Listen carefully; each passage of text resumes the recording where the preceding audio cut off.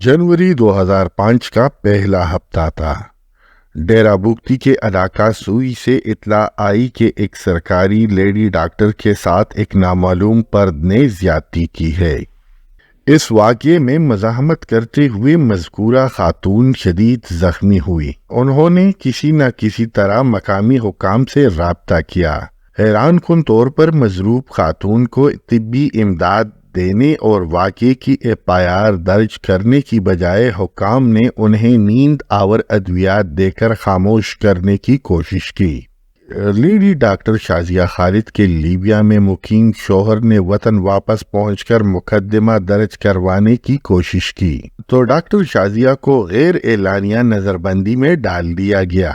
इस वाक़ये में हसास इदारे के एक एहलकार का नाम आ रहा था। मुल्क के सदर परवेज मुशर्रफ ने पाकिस्तान टेलीविजन पर आकर ऐलान किया कि कैप्टन हम्माद कतई तौर पर बेगुनाह है।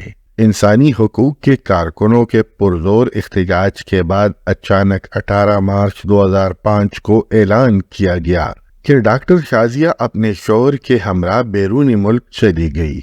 उस वक्त के वफाकी वजीर इत्तलाआत शेख रशीद ने ऐलान किया कि डॉक्टर शाजिया खालिद को किसी एनजीओ ने बैरूनी मुल्क भेजा है।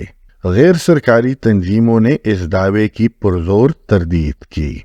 वाज़ेह है कि डॉक्टर शाजिया खालिद पर हमले के बाद ही बलोचिस्तान में मुसल्लह बगावत शुरू हुई।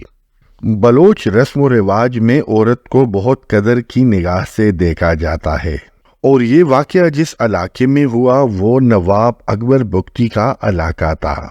डॉक्टर शाजिया ने अगरचे अपने साथ ज्यादती करने वाले शख्स को नहीं देखा था, लेकिन कुछ लोगों ने ये इल्ज़ाम आर्मी के कैप्टन हम्माद पर लगाया।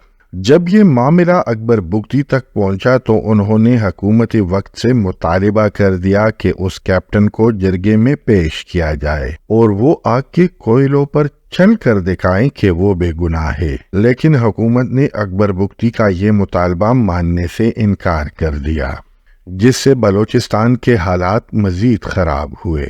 बलोच मुसल्लह अफराद ने सुई गैस फील्ड पर राकेट दागे और पूरे मुल्क में गैस की फराहमी बंद हुई। हुकूमत ने अगरचे अकबर बुगटी के साथ बात करने की बहुत कोशिश की, लेकिन उन्होंने डॉक्टर शाजिया से ज्यादती करने वाले मुजरिमों को पकड़ने से पहले हुकूमत के साथ बात करने से इनकार कर दिया। परवेज मुशर्रफ ने रियासत को चैलेंज करने पर डेरा बुगटी में ऑपरेशन करने का हुक्म दिया।